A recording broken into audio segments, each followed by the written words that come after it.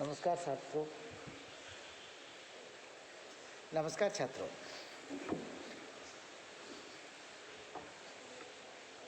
सम्राट पृथ्वीराज चौहान राजकीय महाविद्यालय भीम एवं सेठ रंगलाल कोठारी राजकीय महाविद्यालय राजसमंद से मैं प्रेम सिंह चौहान से आचार्य प्राणी शास्त्र आपके समक्ष कसेरू की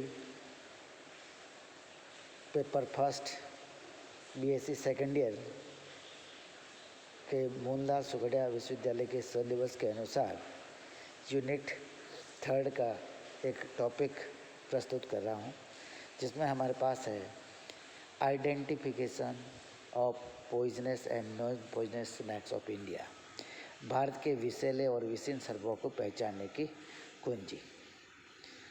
जैसे कि आप जानते हो, सांप जो होते हैं 2 प्रकार के होते हैं, विषैले और विषीण। सभी सांप विषैले नहीं होते तो सभी सांप विषहीन भी नहीं होते। अधिकांश सांप जो होते हैं विषहीन होते हैं। इन विषैले और विषहीन सांपों की पहचान करने के लिए सबसे पहले हम इसकी पूंछ को देखते हैं। पूंछ यदि पार्श्वतः संपीड़ित होती है और पतवार के समान होती है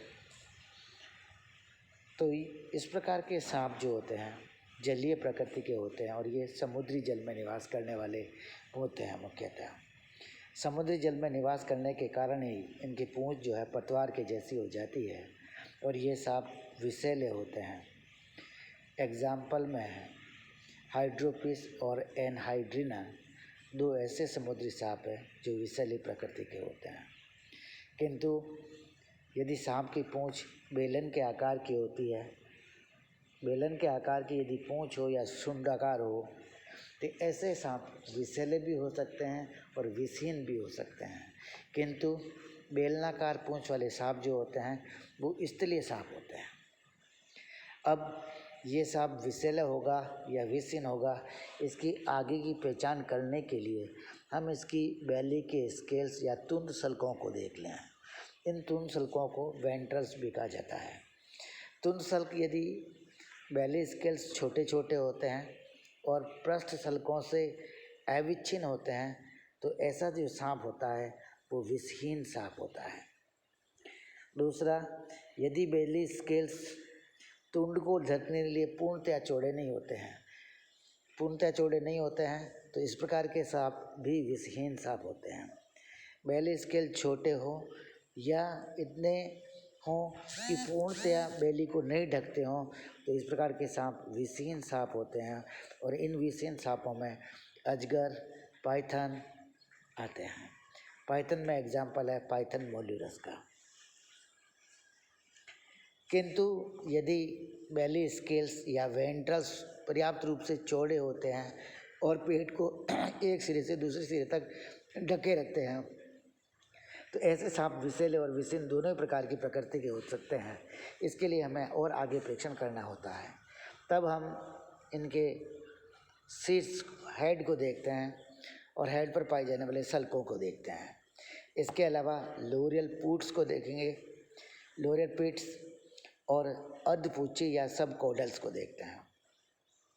सबसे पहले जब हम इसके शीर्ष को देखते हैं या शीर्ष स्केल्स को देखते हैं तो हेड सल्क छोटे आकार के होते हैं, त्रिकोणाकार हेड होता है और लोरियल पिट उसमें नहीं होता है।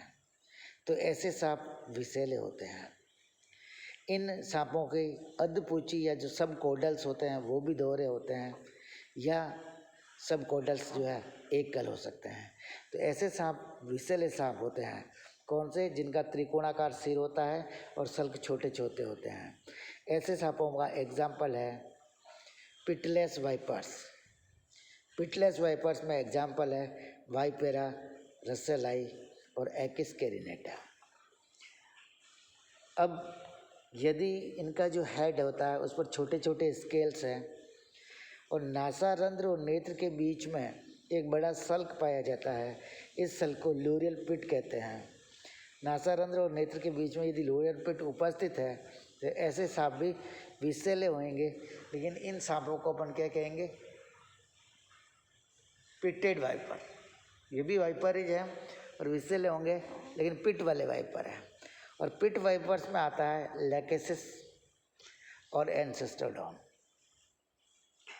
सिर पर छोटे सल्क है, नेत्र और नासारंध्र के बीच में लोरियल पिट है, तो उन्हें अपन क्या कह दिया, विसेले सांप, और इनको कहते हैं पिटेड वाइपर।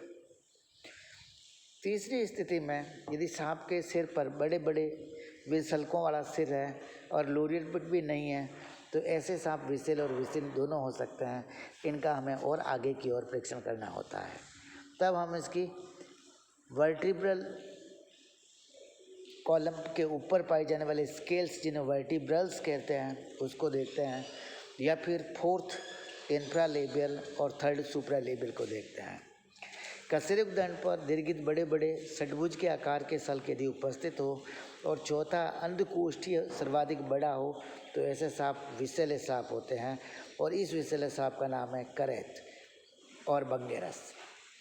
यदि वर्टिब्रल कॉलम पर सल्क बड़े हैं लेकिन दीर्घित नहीं हैं, और तीसरा अधिकोष सल्क नेत्र और नासारंध्र को स्पर्श करता है, तो ऐसा सांप भी विसेला होता है।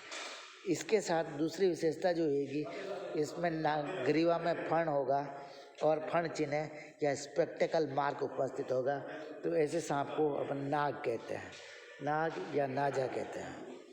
तीसरी स्थिति में ऊपर वर्टिब्रल सल्क दीर्घित नहीं है, तीसरा अधिकोष्ठीय सल्क नेत्र और नासारंध्र को स्पर्श करता है किंतु फण अनुपस्थित है, और तुंद प्रवाल धब्बों वाला सांप है, तो ऐसा सांप कोरल स्नेक है और वो भी विसेला होगा।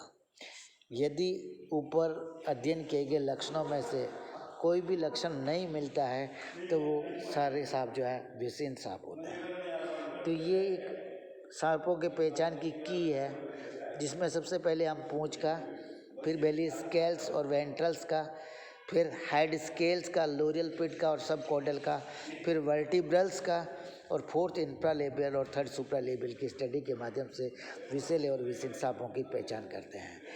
इसी को डायग्राम के माध्यम से भी यहाँ बता रखा है, तो डायग्राम के माध्यम से भी हम इसे देख सकते हैं।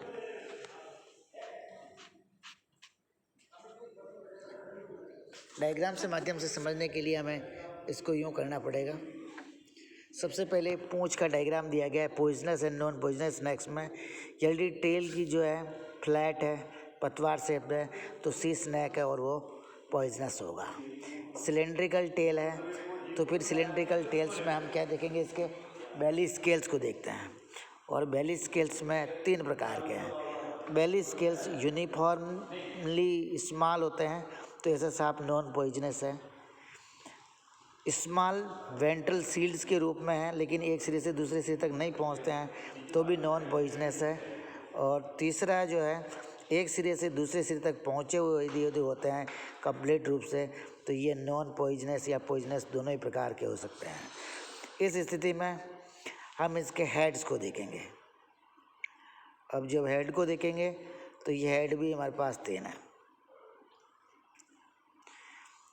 सबसे पहले वाले हेड में की बात करें,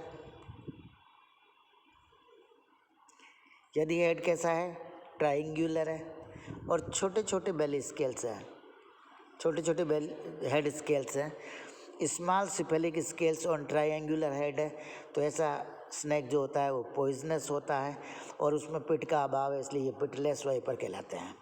पॉइजनस और पिटलेस वाइपर। दूसरा सांप में देखें, यदि हम दूसरी स्थिति में हेड पे, ये हेड है,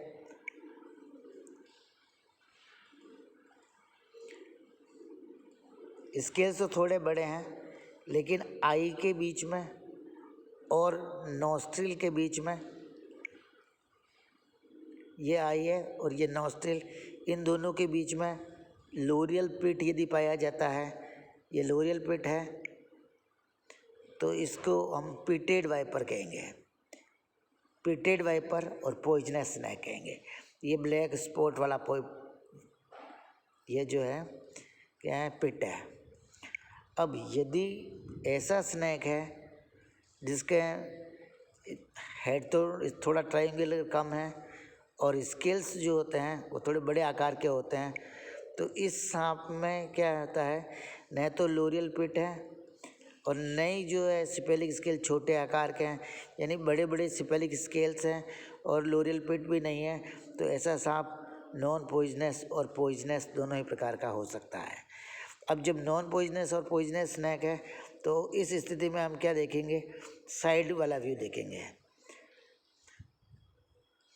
साइड वाले व्यू में जो पहला डायग्राम है इसको यदि हम देखते हैं तो यहाँ क्या है हमारे पास, ऊपर वाला, ये ऊपर वाला होस्ट है और ये नीचे वाला। तो ऊपर वाला जो होस्ट है, ऊपर वाले होस्ट में क्या कहते हैं, थर्ड सुप्रालेबियल, 1 2 गिनती लिख रही है, और तीसरा जो है सुप्रालेबियल, जिसे थर्ड सुप्रालेबियल शिल्ड के रूप में उपस्थित होता है आँख और नाक के बीच में। ठीक है, तो ऐसा स्नेक जो होगा वो पॉइजनस स्नेक होएगा, और ये पॉइजनस स्नेक कोबरा होता है। ठीक है भाई। अब इस यदि थर्ड सुप्रालेबियल भी नहीं है तो हम इस सांप की वेंट्रल्स को देखें, उलट करके देखेंगे। उलट कर का ये नीचे वाला होस्ट है और नीचे वाले होस्ट पर संख्या के माध्यम से 1 2 3 6 लगाया गया है। तो नीचे वाला होस्ट है इसलिए इसको इंफ्रालेबियल कह दिया, और गिनती में चौथा देखा है 1 2 3 और 4। तो चौथा इंफ्रालेबियल जो स्केल है सबसे लार्जेस्ट प्रकार का है, सबसे लार्जेस्ट प्रकार का चौथा इंफ्रालेबियल सल्क है। तो भी सांप कैसा है, पॉइजनस स्नेक है, और ऐसे पॉइजनस स्नेक को क्रेट कहा जाता है। अब एक और बात है कि यदि सांप है उसकी डोर्सल्स को देखा, और डोर्सल की जो वर्टिब्रल कॉलम है उसमें हेक्सागोनल मिड डोर्सल जो होते हैं, बड़े बड़े स्केल्स यदि उपस्थित होते हैं, तो ऐसे स्केल्स वाला जो सांप होता है वो सांप भी क्या होता है, विसेला होगा। अभी इन लक्षणों के अध्ययन के पश्चात इन सभी लक्षणों में से हमारे पास कोई भी लक्षण नहीं मिलता है तो सांप कैसा होगा, विषीन होगा। तो आज के अध्याय में हमने विषैले और विषीन सांपों को एक दृष्टि में किस प्रकार पहचान सकते हैं, उनके पहचान के लक्षण और किसे पहचाने जाते हैं, उनको आपके सामने स्पष्ट किया है। अपेक्षा करते हैं ये वीडियो आपके लिए उपयोगी होगा। असाइनमेंट और गृह कार्य में आपसे निवेदन है कि विषैले और विषीन सांपों की परीक्षण करते हुए एक कुंजी बनाइए और इसके नामांकित चित्र बनाइए। ये बना करके आप वापस भेज सकते हैं। वीडियो को देखने के लिए बहुत बहुत धन्यवाद।